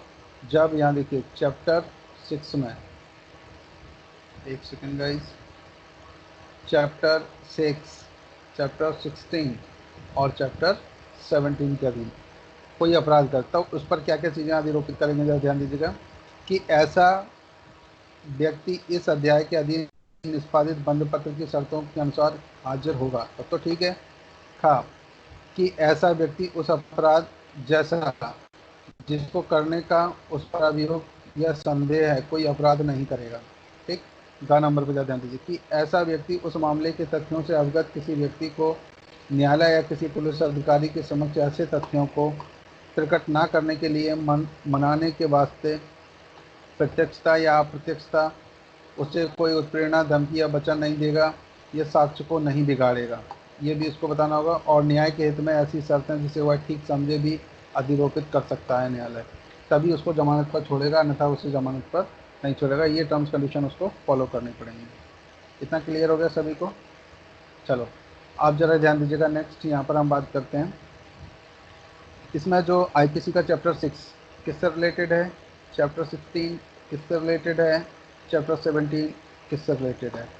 जल्दी से देखिए, पहले आप लोगों को ऑलरेडी आप लोग पढ़ चुके हैं, किसी को याद है इसके बारे में? नहीं? गुड। चैप्टर 6 तो राज्य राज्य से विरुद्ध अपराधों के खिलाफ है। अच्छा, 16 वो याद नहीं है। कोई बात नहीं, हम आपको दिखा दे रहे हैं, ज़रा ध्यान दीजिएगा।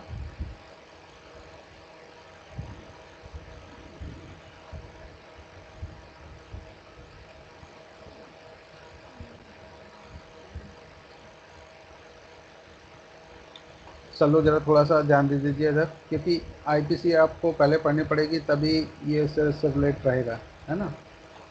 तो चैप्टर हम लोग चलते हैं 12 और 6 को देख लेते हैं पहले। 5, 6 ये आ गए।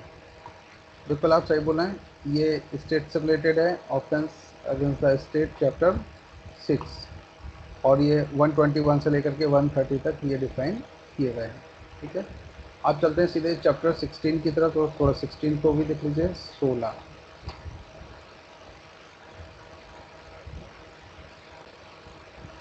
ये आ गया,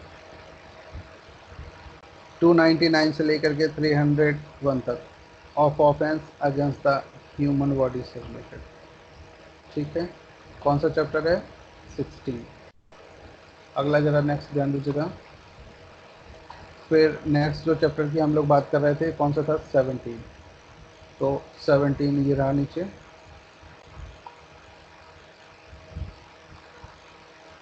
देखो किससे रिलेटेड है? Of offence against the property. ठीक, तो अगर ये इन तीनों चीज़ों से रिलेटेड है, अब आ जाइए अपने सीधे सीआरपीसी के डायरेक्टर की तरफ, जरा ध्यान दीजिएगा।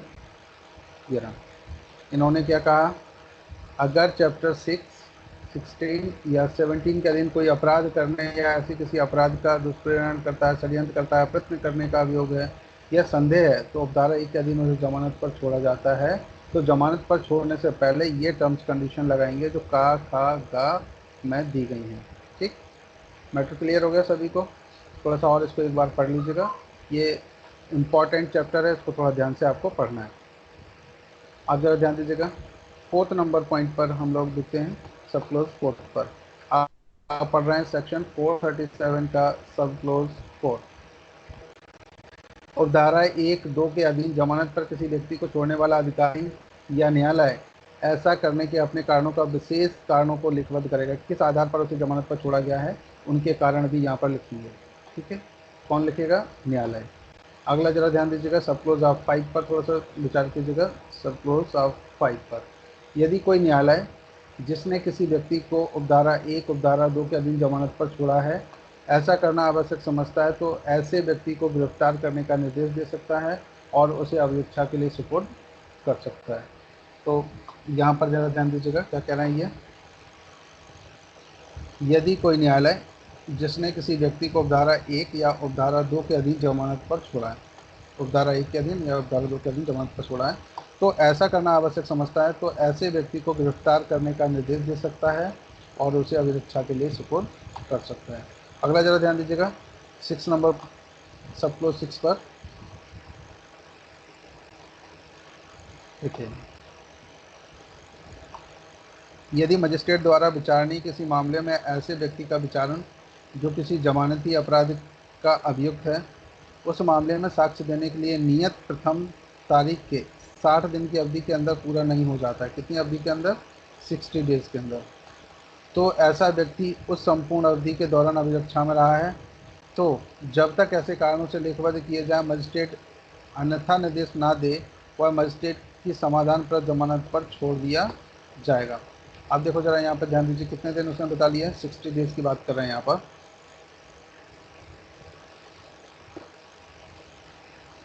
यदि मजिस्ट्रेट द्वारा विचारणीय किसी मामले में ऐसे व्यक्ति का विचारण, कौन से व्यक्ति का?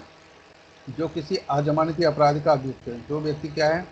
जिसने कोई ऐसा ऑफेंस किया जो अजमानती है और उसका वो अभियुक्त है। उस मामले में साक्ष्य देने के लिए नियत प्रथम तारीख के, जो पहली कोई तारीख है जिसमें उन्होंने कहा कि आपको वो यहाँ पर एविडेंस देना है, तो फर्स्ट कोई भी डेट लगाई गई ऑफेंस के बाद में, उस डेट के 60 दिन की अवधि के अंदर पूरा नहीं हो जाता है। कितने अवधि के अंदर? 60 डेज के अंदर वो नहीं दे पाता है। तो यदि ऐसा व्यक्ति उक्त संपूर्ण अवधि के दौरान अभिरक्षा में रहा है तो जब वो कोई एविडेंस नहीं दे पाए तो उस समय वो अभिरक्षा में रहा होगा। तो जब तक ऐसे कारणों से लेखबद्ध किए जाएंगे मजिस्ट्रेट अन्यथा निर्देश ना दे तो वह मजिस्ट्रेट की समाधान पर जमानत पर छोड़ दिया जाएगा। भले ही वो जमानत नहीं दे पाए तो भी वो कितने 60 दिन के बाद अगर मजिस्ट्रेट को लगता है कि इसे जमानत पर अब छोड़ देना चाहिए तो मजिस्ट्रेट अपनी जमानत पर उसे छोड़ सकता है। ठीक, अगला जरा ध्यान दीजिए नेक्स्ट पॉइंट पर। सीधी सी बात है कि अगर कोई व्यक्ति जमानत ना दे पाए तो वो कितने दिन तक जेल में रहेगा, उसके बाद उसे मजिस्ट्रेट छोड़ सकता है अगर ऑफेंस अजमानती है और वो वैसा ना हो, मृत्यु दंडादेश या उससे नहीं है, तो ऐसे में मजिस्ट्रेट उसे छोड़ सकता है। अब जरा ध्यान दीजिएगा 7 नंबर पॉइंट पर, सब क्लोज 7 आप यहाँ पर पढ़ रहे हैं। यदि अजमानती अपराध के अभियुक्त व्यक्ति के विचारण के समाप्त हो जाने के पश्चात, क्या किया है?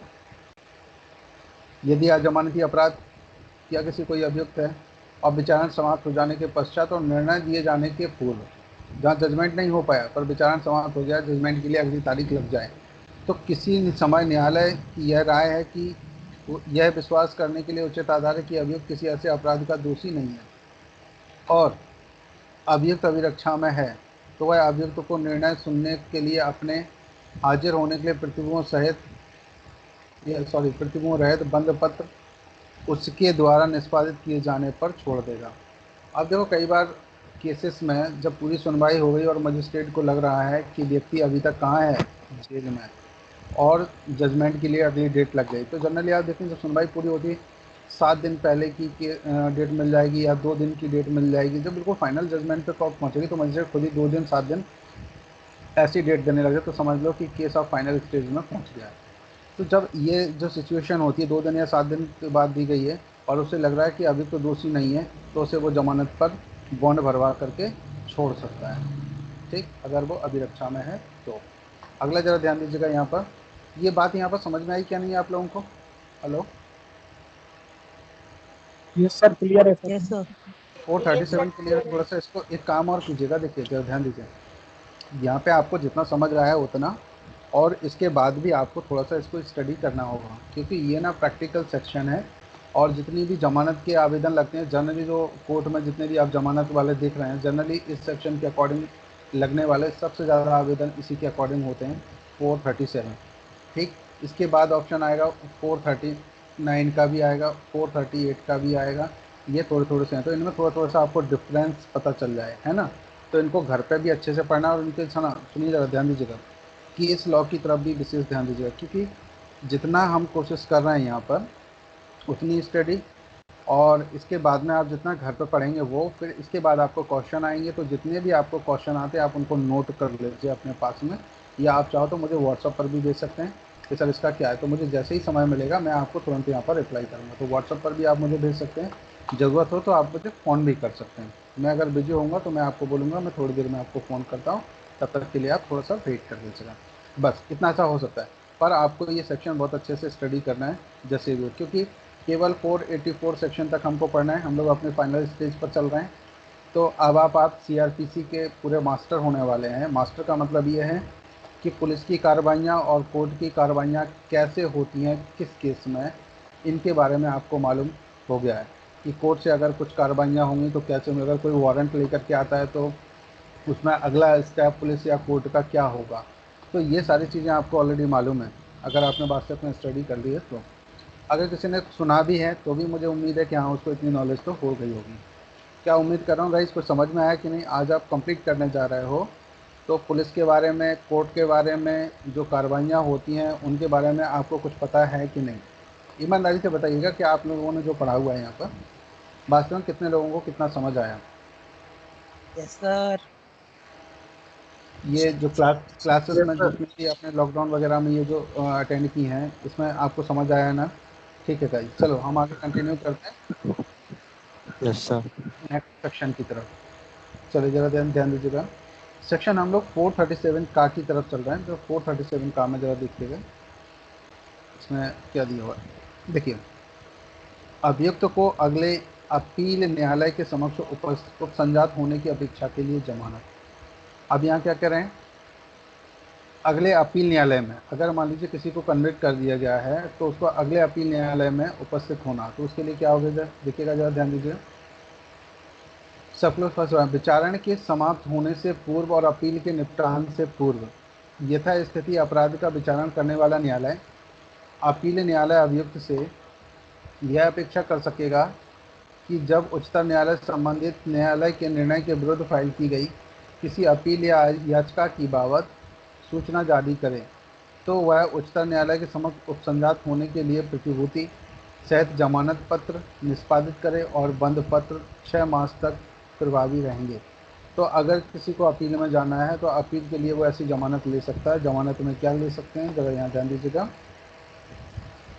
जो दूसरा कोर्ट है उस हायर कोर्ट के उपसंजात होने के लिए प्रतिभूति सहित, प्रतिभूति की बात करें, जमानत निष्पादित करें। तो कैसी जमानत पत्र निष्पादित करें, ऐसे बंद पत्र 6 मास तक प्रभावी रहेंगे।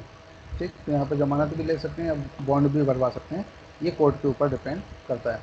सब क्लोज 2 पर जरा थोड़ा सा ध्यान दीजिएगा। यदि ऐसा अभियुक्त उपसंजात होने में असफल रहता है, तो कोई भी जो अभियुक्त है और वो वहाँ पर प्रेजेंट नहीं होता है, तो बंद पत्र समाप्त हो जाएगा और सेक्शन 446 के अधीन प्रक्रिया लागू हो जाएगी। अब 446 में क्या दिया हुआ है ये आगे उसमें हम लोग पढ़ने वाले हैं, फिर भी आप लोग देख लीजिए 446 में क्या है। देखिए 446 की प्रक्रिया में जरा ध्यान दीजिएगा, यहाँ पे क्या कह रहे हैं, जब बंद पत्र समाप्त कर लिया जाता है तब यहाँ पर क्या होगा, ये 446 की प्रोसेस क्या है, दोबारा से हम लोग इसको भी पढ़ लेंगे, जरा इसको समझ लीजिए थोड़ा सा। यहाँ पर सब क्लोज ऑफ फर्स्ट पढ़ रहे हैं। जाए संहिता के अधीन कोई बंद पत्र किसी न्यायालय के समक्ष हाजिर होने या संपत्ति पेश करने के लिए है, और उस न्यायालय या किसी ऐसे न्यायालय को जिसे तत्पश्चात मामला अंतरित किया गया है, समाधानप्रद रूप से यह साबित कर दिया जाता है कि बंद पत्र समाप्त हो गया है। ठीक, फॉरफीचर कर लिया गया बंद पत्र को, तो आप ऐसी कंडीशन में जब कोई अभियुक्त है वहाँ उपस्थित की जो डेट दी गई है उस डेट पर वो उपस्थित नहीं होता है और उसका बॉन्ड को समाप्त कर लिया गया, यानी फॉरफीचर कर लिया गया, तो उस कंडीशन में यहाँ पर क्या होगा देखिए, अथवा जहाँ इस संहिता के अधीन किसी अन्य बंद पत्र की बाबत उस न्यायालय को जिसके द्वारा बंद पत्र लिया गया, या ऐसे किसी न्यायालय को जिसे तत्पश्चात मामला अंतरित किया गया, या प्रथम वर्ग मजिस्ट्रेट के किसी न्यायालय को समाधानप्रद रूप में यह साबित कर दिया जाता है कि बंधपत्र समाप्त हो चुका है, वहाँ न्यायालय ऐसे सबूत के आधारों को अभिलिखित करेगा और ऐसे बंधपत्र से आबद्ध किसी व्यक्ति से अपेक्षा कर सकेगा कि वह उसकी शास्ति दे या कारण दर्शित करे कि वह क्यों नहीं दी जानी चाहिए। तो यहाँ पर देखिए जो बॉन्ड भरवाया गया था, अभी तो बोलते कि एक सिंपल बॉन्ड भरवा दिया और छोड़ दिया। जनरली आपने एक चीज़ देखी होगी, जरा ध्यान दीजिएगा थोड़ा सा, कि पिछले जो सेक्शंस में हमने पढ़ा, बहुत सारी जगह हमने पढ़ा हुआ है कि अगर कोई कोर्ट, जरा ध्यान दीजिएगा, अगर कोई कोर्ट यहाँ पर उसने जमानती वारंट भेजा, जरा ध्यान देना कौन सा, जमानती वारंट। तो जमानती वारंट में क्या हुआ, पुलिस ऑफिसर वहाँ पहुँचे, ठीक, और पहुँचने के बाद जो अपराधी था उससे कहा कि भाई ये जमानती वारंट है और आपको इस डेट पर उपस्थित होना, कोई भी डेट दे दी, जैसे मान लीजिए 22 तारीख दे दी गई, 22 जुलाई 2020, ऐसे कोई डेट दे दी गई, इस डेट पर आपको उपस्थित होना है, ठीक है। अब इस डेट में क्या है, तो तुरंत आज तो नहीं होना, पर जमानती वारंट है, तो जमानत के लिए क्या करवाएंगे, बोले आप बॉन्ड भर दीजिए। अब बॉन्ड भरने के लिए क्या किया यहाँ पर, देखिए ज़रा ध्यान दीजिएगा, जब बॉन्ड भरने की बात की गई कि आपको बॉन्ड भरना है, तो उस सिचुएशन में वो क्या करेंगे, देखिए कितने का, बोले 1,000 रुपये का बॉन्ड भर दीजिए। तो कोर्ट ने कहा कि 1,000 रुपये का बॉन्ड भर करके आप अगले 20 तारीख को कोर्ट में उपस्थित हो सकते हैं। कितनी तारीख को, 20 जुलाई को, ठीक, ये बात की गई कि 20 जुलाई की बात है, इस जुलाई को 2020 में आपको उपस्थित होना है। तो ये बॉन्ड भर दिया। अब ये बॉन्ड पर अगर मान लीजिए कहा ठीक है, बॉन्ड भर के चले गए, कितने का, 1,000 रुपये का, तो जो फॉर्मेट था उसमें से 1,000 रुपये भर करके बॉन्ड भरवा दिया गया। अब आगे कंटिन्यू करते हैं। अब नेक्स्ट डे 20 जुलाई निकल गई, इस जुलाई पर भी कोई व्यक्ति यहाँ उपस्थित नहीं हुआ। अब क्या होगा, जब कोई व्यक्ति उपस्थित नहीं हुआ तो कोर्ट अब ऐसी कंडीशन में क्या कर सकता है, तो कोर्ट ने क्या कहा कि भाई जो बंद पत्र था उसको फोर फीचर कर दिया गया। अब इस बंद पत्र के अनुसार कितनी राशि का था, 1,000 रुपये का। अब ये 1,000 रुपये वसूल की जानी चाहिए। और ये कोर्ट कैसे वसूल कर लेगा, जैसे इस पर जुर्माना लगाया गया हो। और जुर्माना कैसे वसूल किया जाता है, जैसे कि आपने कर्जा लिया हो, ठीक। अब ये तुरंत इसको वहाँ के कलेक्टर के द्वारा कार्रवाई शुरू कर देंगे। कलेक्टर के अकॉर्डिंग क्या होगा, तहसीलदार को फॉरवर्ड हो जाएगा, तहसीलदार साहब जाएंगे और वहाँ इनसे 1,000 रुपये की वसूली के लिए कुछ भी जो इनका कोई सामान मिले या इनसे बोले नगद भी आप जमा कर सकते हो, तो ऐसा कुछ भी किया जा सकता है। तो ये बात होती है कि जितने का बंद पत्र भरा गया है, जो बॉन्ड भरा गया है, जो आपने मुचलका भरा हुआ है, उतनी राशि आपकी संपत्ति में से वसूल कर ली जाएगी। क्लियर है सभी को। तो ये सारी चीज़ें हम लोगों ने पहले पढ़ी थी। अब यहाँ पर ज़रा ध्यान दीजिए थोड़ा सा, यहाँ भी वो यही बात कर रहे हैं कि अगर आपका जो 446 की जो प्रोसेस है, ये इस प्रोसेस के अकॉर्डिंग अगर कोई व्यक्ति जब बंदपत्र समाप्त कर दिया जाता है तब क्या होगा, तो देखेंगे यहाँ पर कोई भी बंदपत्र किसी न्यायालय के समक्ष हाजिर होने के लिए उपस्थित था पेशी के लिए, और वो व्यक्ति उपस्थित नहीं होता है, तो ऐसी कंडीशन में क्या होगा, बंदपत्र को समाप्त कर लिया जाएगा। समाप्त का मतलब है कि उसमें जो राशि है वो अब चाहिए। तो फिर यहाँ पर क्या किया, यहाँ न्यायालय क्या कार्रवाई करेगा, वहाँ न्यायालय ऐसे सबूत के आधारों को अभिलिखित करेगा और ऐसे बंदपत्र से आबद्ध किसी व्यक्ति से अपेक्षा कर सकेगा कि वह उसकी शास्ति दे या कारण दर्शित करे कि क्यों नहीं दी जानी चाहिए। अब मान लो आप कहोगे कि साहब अपराधी तो है नहीं, तो वसूलेंगे किससे, उसकी संपत्ति से वसूल सकते हैं।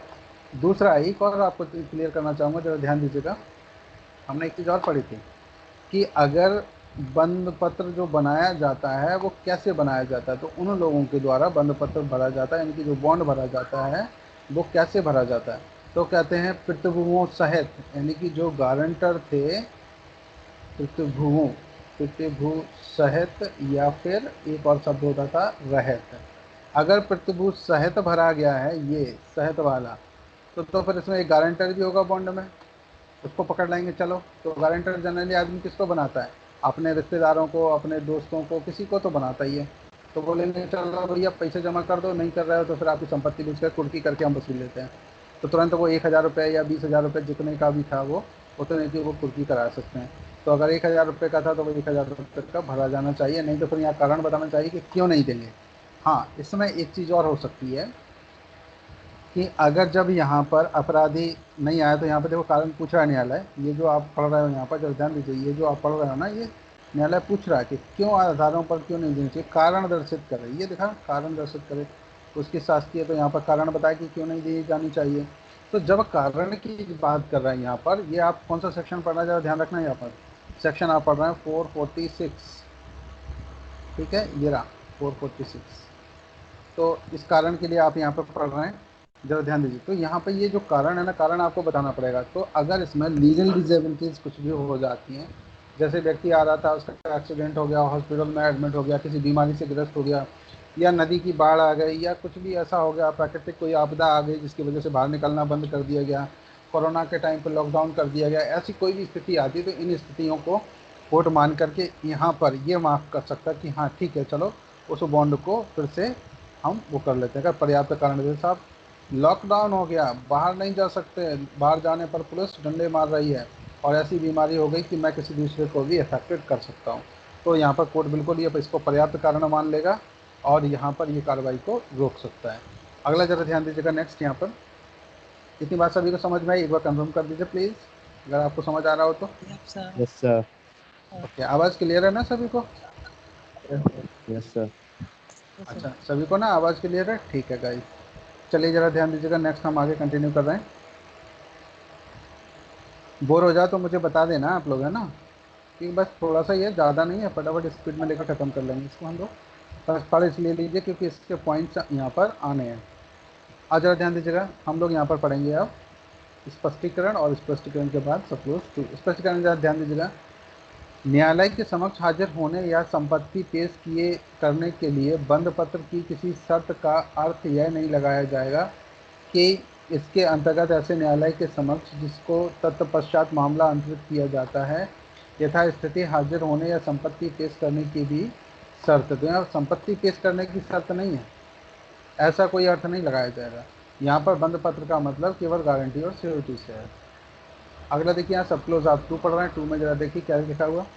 यदि पर्याप्त कारण दर्शित नहीं है, क्या कह रहे हैं, यदि पर्याप्त कारण दर्शित नहीं है कि किया जाता है और शास्ति नहीं दी जाती, तो न्यायालय उसकी वसूली के लिए अग्रसर हो सकेगा, मानो वह शास्त्रीय संहिता के अधीन उसके द्वारा अधिरोपित जुर्माना हो। तो जुर्माना, ये कौन सा सेक्शन पढ़ रहे हैं आप?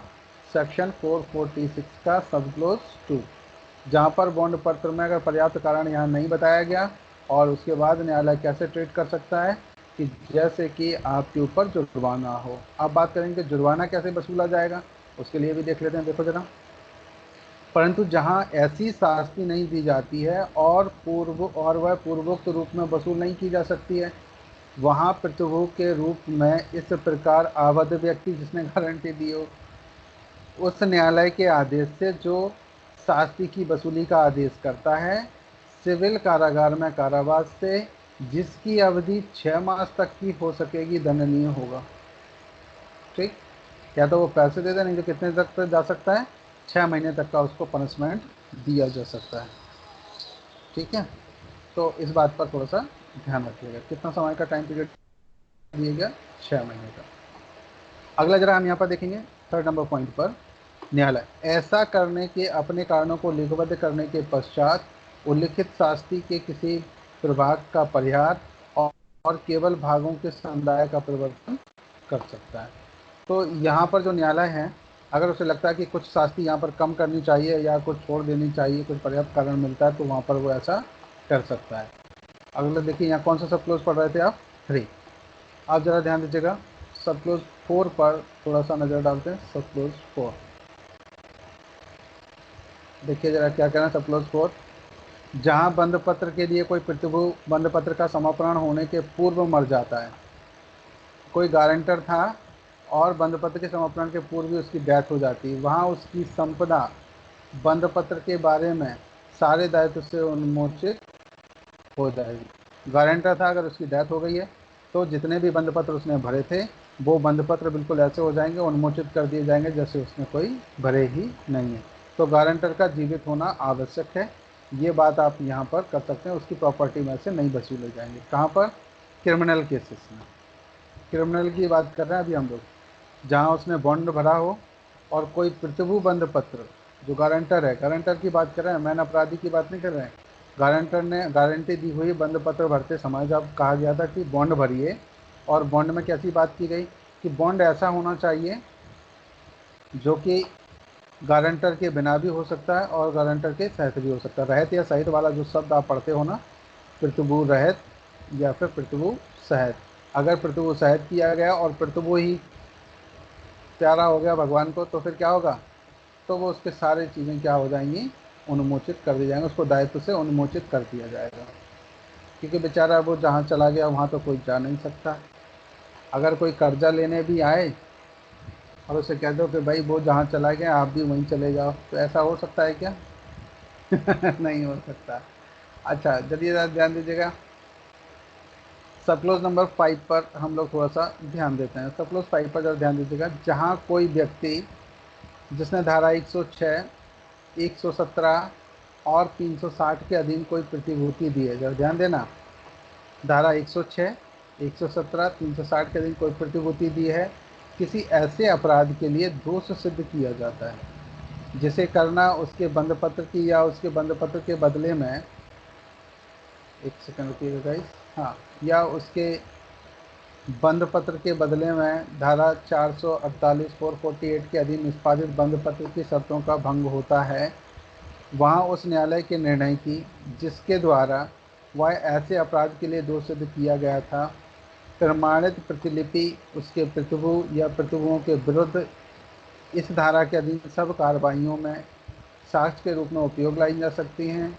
और यदि ऐसी प्रमाणित प्रतिलिपि इस प्रकार उपयोग में लाई जाती है तो जब तक प्रतिकूल साबित नहीं कर दिया जाता है, न्यायालय यह अवधारणा करेगा कि ऐसा अपराध उसके द्वारा किया गया था। तो यहाँ पर ये साबित करनी पड़ेंगी इनको।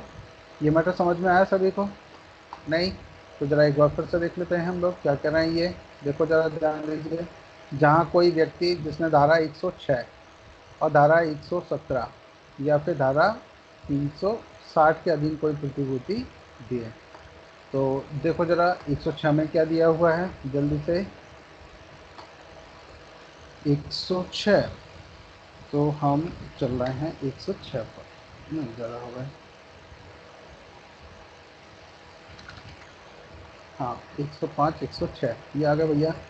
106, दोष सिद्धि पर परिशांति कायम रखने के लिए कोई प्रतिभूति दी गई है कि यहाँ पर आप दोष सिद्धि हो गई लेकिन फिर भी आप परिशांति बनाए रखेंगे, उससे संबंधित कोई गारंटी दी गई है।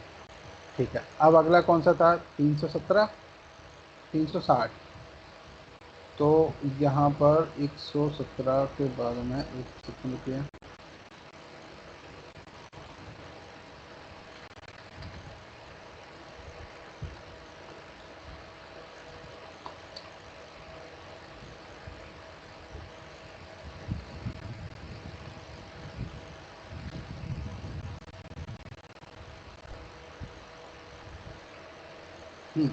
जहाँ पर कोई प्रतिभूति देने का आदेश दिया गया हो, ये तो ये ठीक। फिर अगली देखते हैं 360 की बात कर रहे हैं, तो ये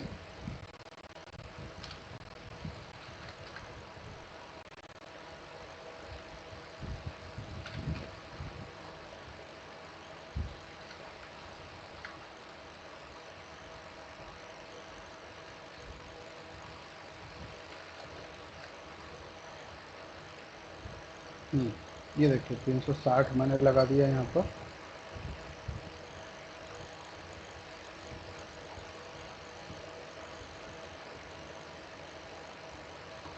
सदाचरण की परीक्षा पर या वासना के पश्चात छोड़ देने का आदेश धारा 360 के अनुसार।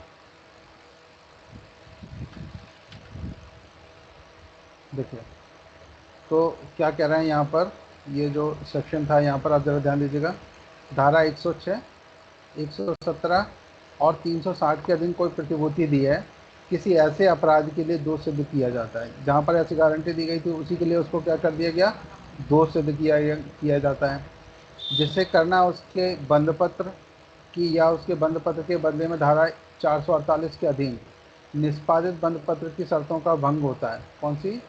400, एक सेकंड के गाइस,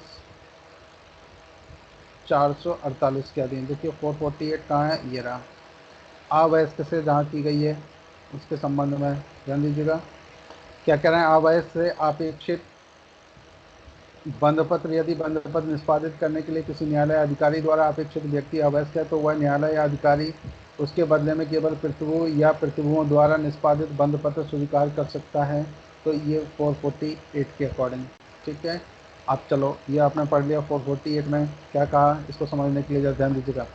वहाँ उस न्यायालय के निर्णय की जिसके द्वारा वह ऐसे अपराध के लिए दोषित किया गया था, प्रमाणित प्रतिलिपि उसके प्रतिभु या प्रतिभुओं के विरुद्ध इस धारा के अधीन सब कार्रवाइयों में साक्ष्य के रूप में उपयोग में लाई जाएगी। किस साथ जितनी भी कार्रवाइयाँ हैं उन सब में क्या मान कैसे लाई जाएंगी, ये एविडेंस के रूप में।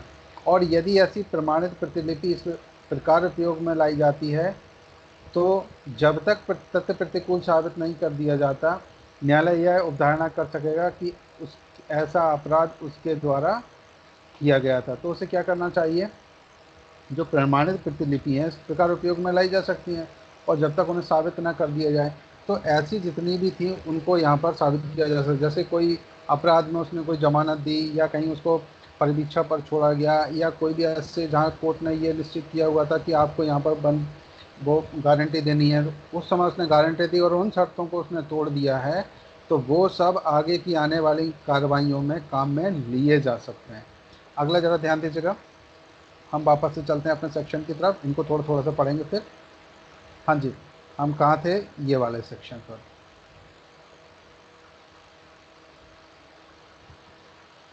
फोर 46 के अधीन प्रक्रिया लागू रहेगी। अगर यहाँ पर वो बात की गई थी, हम लोग क्या पढ़ रहे थे 437 का। आप लोग यहाँ पर हैं क्या लाइन पर? Hello, yes sir. Yes bore हो सर। गए क्या? No sir. हाँ बता देना, यस थोड़ा सा सर। लंबा हो सकता है ये, सुनाने के ज़्यादा बोर तो नहीं हुए?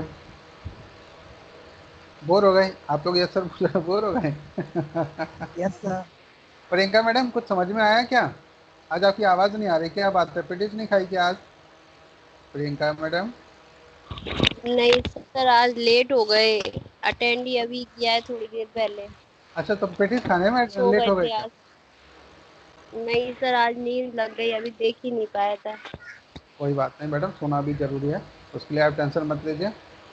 देखिए क्या है ना, माइंड फ्रेश रहेगा तो आपको समझ जाएगा, और माइंड फ्रेश नहीं होगा तो फिर समझ नहीं आएगा, ये दिक्कत होती है ना। तो थोड़ी सी क्लास लंबी चलती तो ऐसे में होता है। मैं ये सोच रहा हूँ जल्दी से सीआरपीसी कंप्लीट हो तो फिर आगे की क्लासेस और कंटिन्यू की जाए। चलो, तो आज आपने पेटीज भी नहीं खाई है, तभी आवाज़ नहीं आ रही थी। कोई बात नहीं। अनुष्का मैडम, अरे ये यस एसएमएस सर। मैडम किधर, आप इधर नीचे कैसे आ गए? अच्छा, आवाज़ आ रही है आपको? Yes sir. आ रही है तो ठीक है। बेटा आदित्य, यस सर। आप तो पहले से एडी बन गए, एडी का फुल फॉर्म जानते हो क्या होता है? ये हायर एजुकेशन में एडी बनाया जाता है। हाँ मतलब आदित्य आता है। हाँ, अच्छा, मैंने सोचा एडी। तो पता है आपको, जितने भी हायर एजुकेशन में जितने भी कॉलेज होते हैं, और तो वो क्या है ना, हायर एजुकेशन एडी बनाते हैं, एडी को नियुक्त करते हैं, और वो क्या करते हैं, आसपास के जितने भी कॉलेज होते हैं उस संभाग में उनको डील करते हैं। तो आपको जो है ना एडी दिख रहा है। अच्छा, और एक एडी वो भी होती थी जो रजिस्ट्री में लगाई जाती थी, पता है आपको?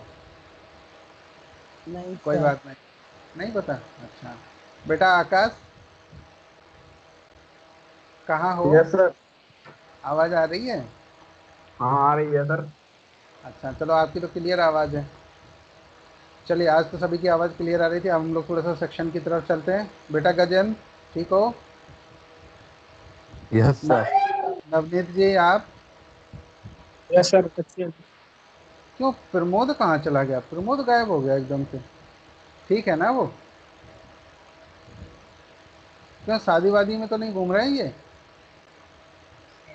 ऐसा ही है सर। शादी में गए हैं?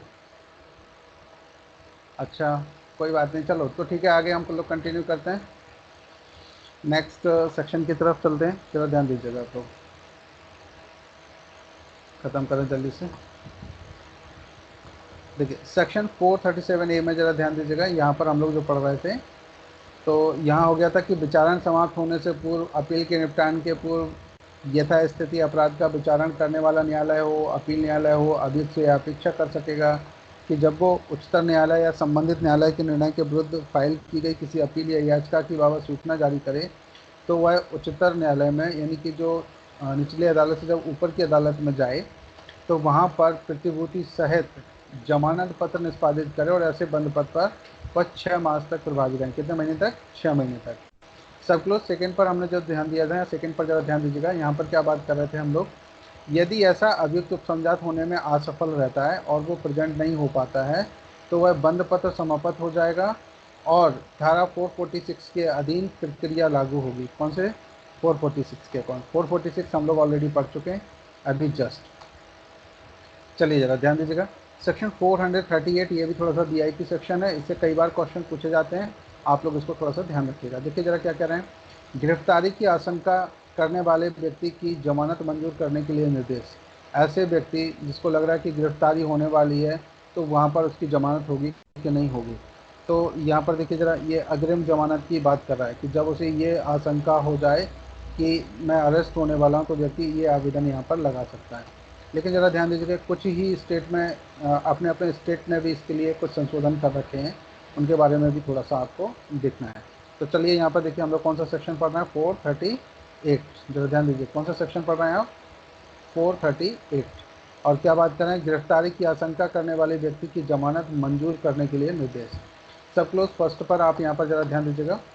जब किसी व्यक्ति को यह विश्वास करने का कारण है कि हो सकता है उसको किसी अजमानती अपराध के किए जाने के अभियोग में गिरफ्तार किया जा सकता है। किसी व्यक्ति को यह आशंका हो जाए, और कौन से में क्या आशंका हो जाए कि अजमानती अपराध के लिए किए जाने के अभियोग में उसे गिरफ्तार किया जा सकता है। किसी भी व्यक्ति को अगर ये आशंका होती है कि कौन सा अपराध है, अजमानती अपराध, जरूर ध्यान दीजिएगा, तब यहाँ पर क्या किया जा सकता है, तो वह इस धारा के अधीन निर्देश के लिए उच्च न्यायालय, कौन से में, उच्च न्यायालय में या सेशन न्यायालय को आवेदन कर सकता है।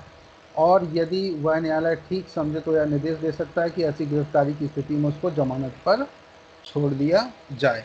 तो जिसको आप बोलते थे ना कि अग्रिम जमानत के लिए आवेदन लगाना, तो अग्रिम जमानत क्या होती है, ये अग्रिम जमानत से रिलेटेड ही है यहाँ पर। तो यहाँ पर ज़रा आपको ध्यान देना होगा कि अगर किसी व्यक्ति को अग्रिम जमानत की कोई आवेदन अगर कोई व्यक्ति लगाता है तो ऐसी सिचुएशन में क्या होगा। तो ज़रा ध्यान दीजिएगा यहाँ पर। हाँ जी, देखिए तो कहाँ कहाँ आवेदन लगा सकता है वो, उच्च न्यायालय को या फिर सेशन न्यायालय को। इस चीज़ को आपको ध्यान रखना होगा। और वो उसे क्या कर सकता है, निर्देश दे सकता है कि इसे जमानत पर छोड़ दिया जाए। कौन सा सेक्शन आप पढ़ रहे हैं, ये वीआईपी सेक्शन है 438 का सब क्लोज फर्स्ट। वैसे ये जनरली सभी को याद रहता है। सब क्लोज 2 में ज़रा ध्यान दीजिएगा, जब उच्च न्यायालय या सेशन न्यायालय उपधारा 1 के अधीन, जो उपधारा कौन सी एक थी, ये के अधीन निर्देश देता है तब वह उस विशिष्ट मामले के तथ्यों को ध्यान में रखते हुए निर्देशों में ऐसी शर्तें जो वह ठीक समझे सम्मिलित कर सकता है, जिनके अंतर्गत निम्नलिखित भी हैं। तो अगर हाई कोर्ट या सेशन कोर्ट किसी भी व्यक्ति को ऐसी जमानत के लिए अगर निर्देश देता कि भाई इसको ऐसी जमानत पर छोड़ दिया जाए, तो उस सिचुएशन में क्या होगा, यहाँ पर जरा ध्यान दीजिएगा। तो कुछ शर्तें भी वो लगा सकते हैं। कौन सी शर्तें सम्मिलित कर सकती हैं, ऐसी शर्तें जो वह ठीक समझे। ठीक, आप ज़रा ध्यान दीजिएगा। फर्स्ट में यह शर्त कि वह पुलिस अधिकारी द्वारा पूछे जाने परिप्रश्नों का उत्तर देने के लिए जैसे और जब अपेक्षित हो उपलब्ध होगा। तो पुलिस अधिकारी अगर उसे पूछताछ के लिए बुलाता तो जाना पड़ेगा, हाँ, लेकिन उसे अरेस्ट नहीं करेंगे, जमानत पर छोड़ा जा सकता है। सब क्लोज नंबर यहाँ पर 2 पर जरा देखिएगा, 2 का सब क्लोज 2, यह शर्त कि वह व्यक्ति उस मामले में तथ्यों से अवगत किसी व्यक्ति को न्यायालय या पुलिस अधिकारी के समक्ष ऐसे तथ्यों को प्रकट न करने के लिए मनाने के वास्ते प्रत्यक्षता अप्रत्यक्षता उसे कोई उत्प्रेरणा, धमकी या वचन नहीं देगा। अगर कोई व्यक्ति है जो उसके बारे में कुछ जानकारी दे सकता है तो उस व्यक्ति को ना तो वो क्या नहीं करेगा, ना तो उसे उत्प्रेरणा देगा, ना धमकी देगा, ना कोई भी ऐसा वचन देगा, चाहे वो प्रत्यक्षता हो या फिर अप्रत्यक्षता हो, दोनों कंडीशन में ऐसा किया जा सकता है।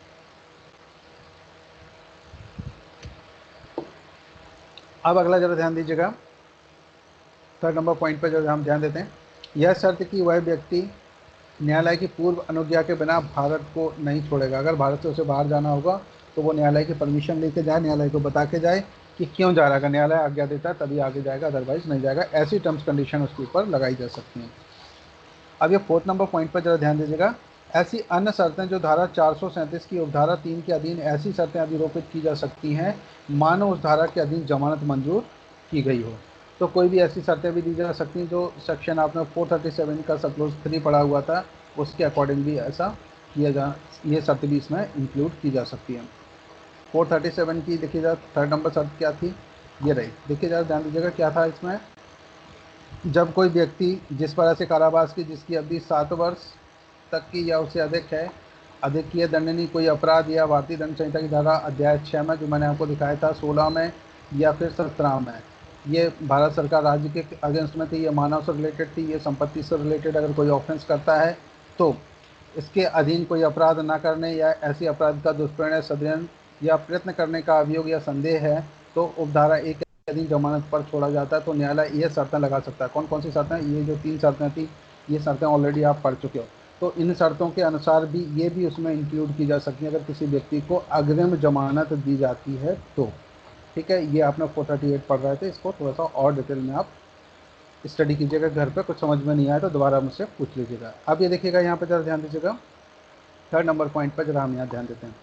यदि तत्पश्चात ऐसे व्यक्ति को ऐसे अभियोग पर पुलिस थाने के भारसाधक अधिकारी द्वारा वारंट के बिना गिरफ्तार किया जाता है, कैसे किया जाता है? वारंट के बिना गिरफ्तार किया जाता है, और वह या तो गिरफ्तारी के समय या जब वह ऐसी गिरफ्तारी की अभिरक्षा में है तब किसी समय जमानत देने के लिए तैयार है तो उसे जमानत पर छोड़ दिया जाएगा। तथा यदि ऐसे अपराध का संज्ञान करने वाला मजिस्ट्रेट यह निश्चय करता है कि उस व्यक्ति के विरुद्ध प्रथम बार ही वारंट जारी किया जाना चाहिए तो वह उपधारा 1 के अधीन न्यायालय के निर्देश के अनुरूप जमानती वारंट जारी करेगा।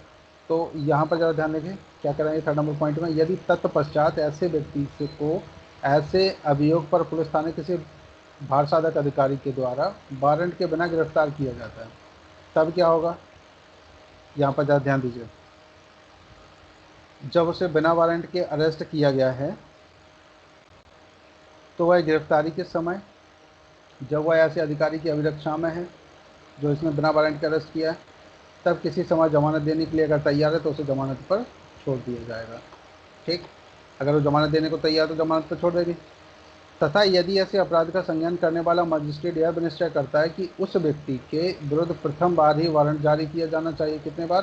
प्रथम बार, एक बार वारंट जारी किया जाना चाहिए, तो वह उपधारा 1 के अधीन न्यायालय के निर्देश के अनुरूप जमानती वारंट जारी करेगा। तो उपधारा 1 को ध्यान में रखते हुए यहाँ पर जो उपधारा 1 थी इसके अकॉर्डिंग यहाँ पर किया जा सकता है, क्या? वारंट जारी करके उसे जमानत पर छोड़ा जा सकता है। नेक्स्ट ज़रा ध्यान दीजिएगा, सेक्शन 439 जमानत के बारे में उच्च न्यायालय या सेशन न्यायालय की विशेष शक्तियाँ। तो जमानत के बारे में उच्च न्यायालय को और सेशन न्यायालय को कुछ अलग से विशेष शक्तियाँ हैं, उन शक्तियों के बारे में हम लोग यहाँ पर डिस्कस कर रहे हैं। तो देखिए ज़रा ध्यान देते हैं कौन कौन सी शक्तियाँ हैं, उन शक्तियों की हम लोग यहाँ पर बात करेंगे। आप लोग लाइन पर हैं क्या? गाइस समझ में आ रहा है इतना? Hello, yes sir. आ रहा है ना? कंटिन्यू करें और आगे करना है ना, बस थोड़ा सा ही बचा है। देखो एक एक दो दो लाइन के बचे हैं, ये खत्म। ये देखो 446 अपन लोगों ने पढ़ ही लिया है, बस एक एक लाइन के बचे हैं, क्लोज हो जाएगा। पढ़ा दूँ ना आगे, कंटिन्यू कर दूँ? बहुत है सर ये। अच्छा चलो कोई बात नहीं, हम यहाँ 439 को कल डिस्क्राइब करेंगे, अभी यहाँ पर हम इनको स्टॉप करते हैं। कोई बात नहीं, आप थोड़ा थोड़ा सा पढ़ लीजिए। सो गाइस इस उम्मीद के साथ कि आज आपको जो भी पढ़ाएगा उसको पढ़िएगा, पढ़ने के बाद में केस लॉज पर आपको स्टडी करना है। अगर आप लोग केस स्टडी करो इनके बारे में तो फिर बिल्कुल मैं यहाँ पे क्लास को अभी स्टॉप कर सकता हूँ। आप लोग बताइए तैयार हैं, रेडी हैं शर्त मानने के लिए? Yes sir. यस सभी सर। लोग ना घर पे केस स्टडी करेंगे ना? Yes sir. तो मुझे केस लॉ भेजेंगे ना? गजन जी ने मुझे कुछ भेजे हुए केस लॉ, पर समय के अभाव में गजन जी अभी हम यहाँ पे इनको नहीं दिखा पा रहे हैं, पर हम आपके वो केस लॉ जरूर यहाँ पे दिखाएंगे। गजन जी ने 427 और 428 से रिलेटेड यहाँ जो सेक्शन थे इनसे इन्होंने अच्छे केस लॉ सर्च करके भेजे हुए हैं मुझे, है ना? आप लोग भी सर्च करना है। ये जो चैप्टर है थोड़ा सा वीआईपी है, इस चैप्टर से रिलेटेड जितने भी आपको केस लॉज मिलते हैं, जो पैटर्न मैंने आपको बताया हुआ उसी पैटर्न पर बना करके आपको मुझे लिख करके भेजने हैं। ठीक है, चलिए गाइस, तो हम मिलते हैं नेक्स्ट क्लास में, तब तक के लिए ओके बाय बाय। इस उम्मीद के साथ कि आप पढ़ेंगे स्टडी करेंगे, नहीं तो फिर हम आगे 2 घंटे फिर और पढ़ाएंगे एक्स्ट्रा। ठीक है गाइस, तो चलिए हम लोग मिलते हैं नेक्स्ट क्लास में, तब तक के लिए ओके बाय बाय।